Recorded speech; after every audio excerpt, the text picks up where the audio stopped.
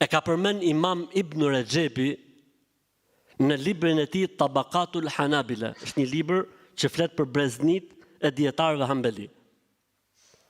Dhe a përmend emrin ai, thot, e ka marrë emrin vetëm për të kuptuar që ngjarja është një ngjarje reale dhe vërtet. Thot El Qadhi Abu Bekr ibn Muhammed Abdul Baqi ibn Muhammed El Bezzaz El Ansari. Ky është emri i personit që i ka ndodhur ngjarja. Ky tregon për veten e tij tani, nuk është histori që e ka thonë dikush, tregon për veten e tij.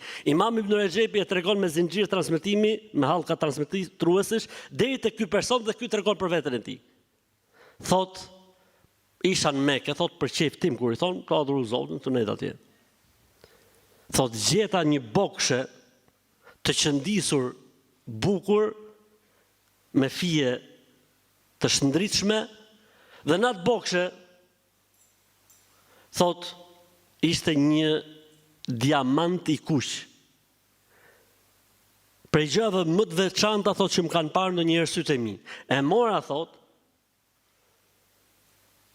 thash, i ka dikujt diçka haxhi, si bite me një kujt që po fleti, thot e çova në shtëpi, thot e fsheha, ose aty ku po rria, e fsheha dhe dola në pazar, dola dhe i herë jashtë. Kur dola jashtë, thot shoh një burr që thoshte, kush ka gjet një, si thashun bokshe, si quhet kjo, e vogla, që futen gjëra që kanë pas fut nonat.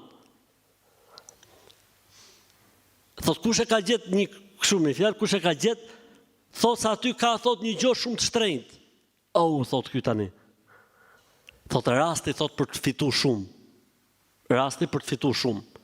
Ndërkohë që ai thoshte kush e ka gjet asnjë s'fliste se ky që e kishte gjet ishte duke dëgjuar. Ai pastaj herën e tretë, le themi tha, se kush e ka gjet do të jap 500 dinar.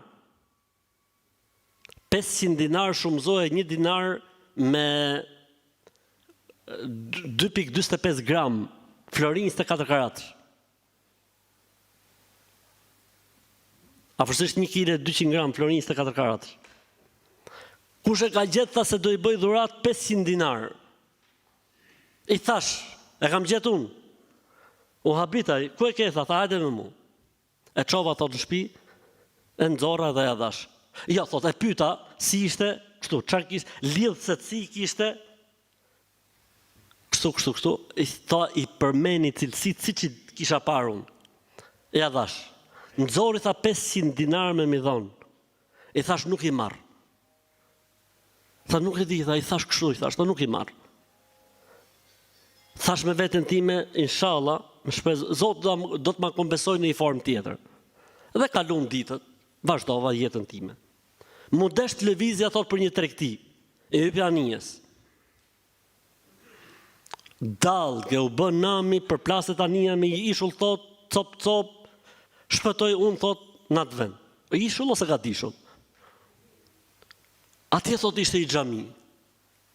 Qetësi, ishte mëngjes herët, njerëzit as kanë parë gjë, si shën çu me dal. Ku shofi njerëzit një anije të shkatruar, edhe një që kishte shpëtuar dhe po lexonte Kur'an. Ishte ky. Tha po ti lexon Kur'an, ne kemi nevojë për një imam xhamiet në udhëhet tjerë, thot, kur më pan thot që shkruajsha dhe lexoesha do të bëj mësues, e rëndësishme u kënaqën njerëzit, fillova thot atje, kur krijon thot besim tek unë. Dhe më pan, domethënë që po e bësha detyrën ashtu siç duhet, më than, ne si zonë duam të nderojmë me të martu me një jetime. Thash tha, me veten time shpresë për të kthyer mua ne, unë nuk e di se ku jam, hala nuk jam orientuar ashtu siç duhet, kështu që po martohem. Thash po.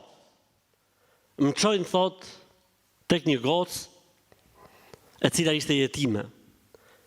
E në qafën e saj thot ishte lidh thot një gjerdan dhe në fund të gjerdanit ishte diamanti i kuq që unë pa ta gjetë në Mekë. E goca rrinte përpara, tha, dhe unë risha nga krau këtej, e sytë e mi, tha, ngelen tek diamanti i kuq.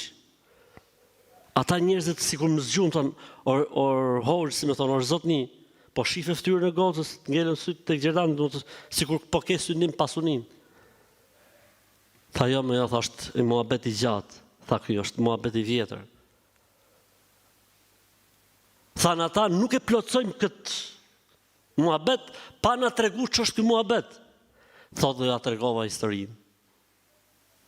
Ata thanë, kjo vajza është bia e atij njeriu, e atij burri. Jati i saj ka vdek, kalon pasuni të madhe pafund, dhe ne mendojshim ku mund gjejmë ne një njeri të denjë për t'ia dhënë këtë gocë të mirë e kaq pasunike. Ndërsa jati vetë thoshte, tani njerëzit po flasin. Kam shku në Mekë, ka ndodhur filon ngjarje, unë nuk besoj se mund të ketë musliman më të mirë sa ai burr. Nuk besoj se ka në botë musliman vërtet, përveç atij burri, thoshte ky burri përpara se të ndronte jetë. E Zoti i Madh e ktheu prap, e dha prap, e dha gjithat pasunin, gjitha gjonat, e tjera. Ky është amaneti. Kjo është mirësia dhe bekimi i amanetit. Përndryshe, se njerëzit besojnë diçka dhe ti e tradhton atë, edhe nëse u ahet, edhe nëse nuk ta kapin, do t'ja shofësh pasojat këtu në këtë botë para